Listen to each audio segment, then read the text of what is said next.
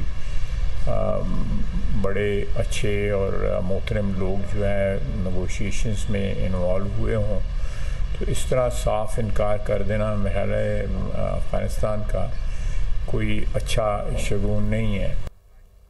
Governor Khyber Pakhtunkhwa Faisal کریم کنڈی نے اسلام آباد میں میڈیا سے گفتگو میں کہا کہ 27ویں آئینی ترمیم کا مسودہ میرے پاس نہیں. بلاول بھٹو نے 6 نومبر کو CEC اجلاس بلایا ہے, اس میں پارٹی 27ویں آئینی ترمیم کے حوالے سے فیصلہ کرے گی. قومی اسمبلی اور سینٹ کا اجلاس بلایا جا رہا ہے. قومی اسمبلی کا اجلاس بلا لیا گیا, غالباً سینٹ کا اجلاس بھی بلایا جا رہا ہے, تو اس میں 27ویں ترمیم کا کوئی مسودہ میرے پاس موجود نہیں ہے. بلاول بھٹو زرداری صاحب نے 6 تاریخ کو سینٹرل ایگزیکٹو کمیٹی کی میٹنگ جو ہے وہ بلائی ہے کراچی میں. اس میں شاید لیڈرشپ کے پاس وہ پوائنٹس ہوں جو کہ مسلم لیگ کے ڈیلیگیشن نے ان کے ساتھ ڈسکس کیا ہے, وہ CC میں رکھے جائیں گے, اس پہ ڈسکشن ہوگی, اس پہ فیصلے ہوں گے, پھر ہمیں پتہ چلے گا کہ اس کے اندر 27ویں ترمیم میں کیا چیز ہے کیا چیز نہیں ہے. ملاقات دیکھیں کورٹ نے آرڈر کیے ہوئے ہیں, وہ 2 حکومتوں کے درمیان ہماری صوبائی حکومت نے بھی غالباً پنجاب حکومت کو لکھا ہوا ہے, لہٰذا یہ ایک لیگل میٹر ہے. پچھلا وزیر اعلیٰ جو ہے وہ کسی پہ انہوں نے توجہ نہیں دی, بلکہ روز ان کی خواہش تھی کہ میں اسلام آباد پہ چڑھائی کروں. میں نے پہلے دن ہی کہا تھا کہ جس دن PTI کو پتہ چلے گا کہ میر صادق اور میر جعفر کا کردار PTI میں کون ادا کر رہا ہے, تو پھر ان کو صحیح معنوں میں چیزوں کو پتہ چلے گا. جہاں تک نئے CM کی بات ہے, میں سمجھتا ہوں کہ صوبے کی بہتری کے لیے کام کریں گے. امیر جماعت اسلامی حافظ نعیم الرحمان یہ کہتے ہیں کہ 26ویں ترمیم کو سپورٹ کیا, نہ ہی 27ویں کو کریں گے. اپوزیشن کو 27ویں ترمیم مسترد کرنی چاہیے. 26ویں ترمیم سے عدلیہ کا بیڑا غرق ہوا, اب رہی صحیح کسر 27ویں ترمیم میں نکالنے کا پروگرام بن رہا ہے. یہ جو 26ویں ترمیم تھی, سوائے جماعت اسلامی کے کسی نے اس کو کلیتاً مسترد نہیں کیا. مجھے افسوس ہے کہ اپوزیشن کے لوگ بھی انگیج کر لیے گئے تھے اور اس کے نتیجے میں 26ویں ترمیم ہوئی جس سے عدلیہ کا بیڑا غرق ہو گیا. اب جو کچھ رہا سہا ہے اس کو بھی ختم کرنے کی سازشیں ہو رہی ہیں. اب تک 27ویں ترمیم کا متن تو سامنے نہیں آیا. کسی صورت میں بھی اس طرح کی ترامیم قابل قبول نہیں ہے, تو یہ طریقہ کار درست نہیں ہے. آئین کے ساتھ کوئی کھلواڑ نہ کریں, یہ آئین بڑی مشکلات اور پریشانیوں کے بعد بنا تھا. اب ای چالان کا مسئلہ اس وقت شہر میں بہت بڑا مسئلہ ہے, لہٰذا جتنی زیادتی کراچی کے لوگوں کے ساتھ کی جا رہی ہے وہ نہیں ہونی چاہیے. یہ سارے سسٹم کو ای چالان کو ریوائز کرنا چاہیے اور لوگوں کو فیسلٹیز فراہم کرنی چاہیے. آگے بڑھتے ہوئے آپ کو بتائیں کہ بلوچستان کے ضلع کلات میں سیکیورٹی فورسز کا انٹیلیجنس بیسڈ آپریشن. اہم آپریشن کے دوران سیکیورٹی فورسز نے دہشت گردوں کے ٹھکانوں کو مؤثر طریقے سے نشانہ بنایا. بھارتی پراکسی فتنہ ہندوستان کے 4 دہشت گردوں کو جہنم واصل کر دیا گیا. مزید جانیے اس رپورٹ میں. سیکیورٹی فورسز کا بلوچستان کے ضلع کلات میں انٹیلیجنس بیسڈ آپریشن. بھارتی پراکسی فتنہ ہندوستان کے 4 دہشت گرد ہلاک. ISPR کے مطابق کارروائی بھارتی پراکسی فتنہ ہندوستان کے دہشت گردوں کی موجودگی کی اطلاع پر عمل میں لائی گئی. اہم آپریشن کے دوران سیکیورٹی فورسز نے دہشت گردوں کے ٹھکانے کو مؤثر طریقے سے نشانہ بنایا. مارے جانے والے دہشت گرد مختلف تخریبی اور دہشت گردانہ کارروائیوں میں ملوث تھے. آپریشن کے دوران ہتھیار اور گولہ بارود بھی برآمد کیا گیا. علاقے میں کلیئرنس آپریشن جاری ہے. سیکیورٹی فورسز عزم استحکام ویژن کے تحت انسداد دہشت گردی مہم پوری قوت سے جاری رکھے ہوئے ہیں. ملک سے غیر ملکی سرپرستی اور حمایت یافتہ دہشت گردی کے مکمل خاتمے تک یہ مہم بھرپور انداز میں جاری رہے گی. چیئرمین PTI بیرسٹر گوہر کہتے ہیں کہ بانی PTI سے ملاقات نہیں کرنے دی گئی. متعدد بار عدالتوں نے ملاقات کرانے کا حکم دیا. 18ویں ترمیم کے دوران بھی مختلف آرٹیکلز میں ترامیم کی گئی. 26ویں ترامیم ہو چکی ہے مگر کبھی NFC ایوارڈ کو نہیں چھیڑا گیا. ابھی سارے صوبے ایوارڈ کے منتظر ہیں. وہ ڈیالہ جیل کے قریب میڈیا سے گفتگو کر رہے تھے. عدالت نے کئی مرتبہ یہ آرڈر کیا ہوا ہے کہ ٹیوزڈے والے دن وکلاء اور فیملی کی ملاقات اور تھرسڈے والے دن فیملی کی اور پولیٹیکل لیڈرشپ کی ملاقات ہو, لیکن یہ 2 سال ہو گئے وہ آرڈر امپلیمنٹ نہیں ہو رہا. 18ویں ترمیم میں 101 آرٹیکل میں چینجز ہوئے ہیں. آج تک 26 ترامیم ہوئی ہیں NFC ایوارڈ سے ریلیٹڈ. کبھی بھی ترمیم نے آرٹیکل 163 کو چینج نہیں کیا. ابھی سارے صوبے 11ویں ایوارڈ کے منتظر ہے. حکومت بل لے کے آئی گی, ابھی تو خد و خال کسی نے دیکھا نہیں ہے. اس وقت ہر محب وطن پاکستانی یہ کہہ رہا ہے کہ سارے سٹیک ہولڈر اپنے تلواریں اپنی نیام میں رکھیں اور ایک ایک سٹیپ پیچھے ہو جائے، ہٹ جائے۔ ایسی صورتحال میں اشتعال انگیزی ویڈیو دکھانا، اس کے خلاف سٹیٹمنٹ دینا، اسپیشلی اختیار ولی صاحب کی طرف سے، جو میں سمجھتا ہوں کہ رسپانسیبل آدمی ہے، اس کو ایک رسپانسیبل سٹیٹمنٹ دینے چاہیے، اور ایک صوبے کے وزیر اعلیٰ کے بارے میں، اور وہ صوبہ جو بڑا کریٹیکل ہے، اور وہ صوبہ جو اس کا خود اپنا صوبہ ہے، ایسی صورتحال پہ ایسے اشتعال انگیز قسم کے ویڈیو دکھانا میں سمجھتا ہوں آگ پہ تیل چھڑکانے والی بات ہے۔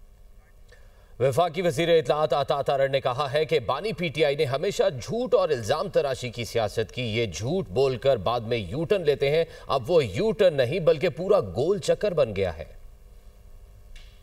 ایک سرٹیفائیڈ جھوٹا ہے جو ایک کرپشن کے کیس میں اندر ہے، اور ہمیشہ جھوٹ کی سیاست کی ہے، منافقت کی سیاست کی ہے، ہمیشہ الزام تراشی کی سیاست کی ہے، اور یہ ہمیشہ کی طرح جب یہ جھوٹ بولتے ہیں پھر بعد میں یو ٹرن لیتے ہیں۔ یو ٹرن ہی اب تو پورا راؤنڈ اباؤٹ بن گیا ان کا، گھومن گھیری ہے پوری، گھومتے رہتے ہیں اس کے ارد گرد۔ 2017 میں شہباز شریف صاحب پہ عمران احمد نیازی، جس کو ہم الزام خان بھی کہتے ہیں، الزام لگایا کہ شہباز شریف صاحب نے عمران احمد نیازی کو 10 ارب روپے کی پیشکش کی کہ آپ پاناما پیپرز کے کیس کو وڈرا کر لیں تو میں آپ کو 10 ارب روپیہ پے کروں گا، اور اس الزام کو جگہ جگہ شائع کیا گیا، بطور کیمپین چلایا گیا۔ عمران احمد نیازی کے پاس اپنے دفاع میں نہ کہنے کو کچھ ہے، نہ کوئی ثبوت پیش کر سکے ہیں۔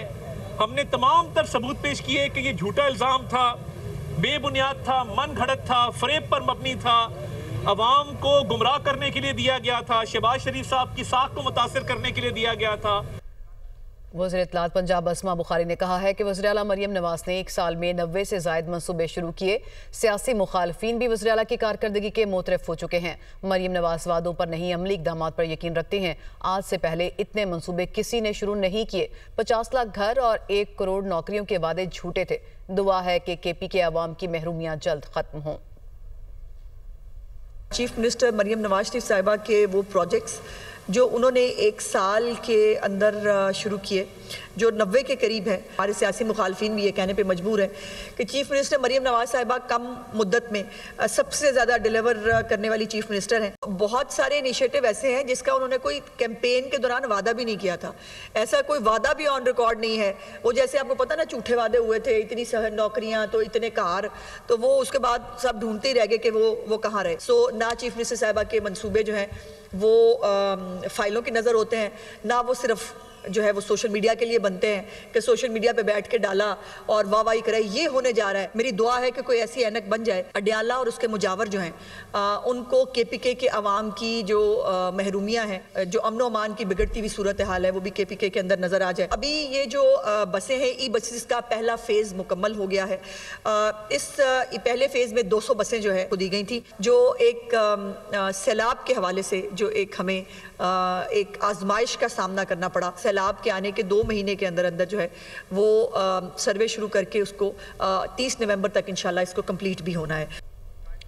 اور کل عدم ٹی ایل پی کے گزشتہ انتخابات کے امیدواروں کا جماعت سے دستبرداری کا اعلان۔ لاہور اور سینٹرل پنجاب سے تعلق رکھنے والے کل عدم ٹی ایل پی کے سابق ٹکٹ ہولڈرز کی لاہور میں نیوز کانفرنس۔ بیرسٹر عثمان خضر مانگٹ نے کہا، ریاست کے ساتھ سیاست نہیں ہو سکتی۔ غیر معمولی صورتحال میں ریلی نکالنا انتہائی ناجائز تھا۔ ریاست پر حملہ کرنا کسی طور مناسب نہیں ہے۔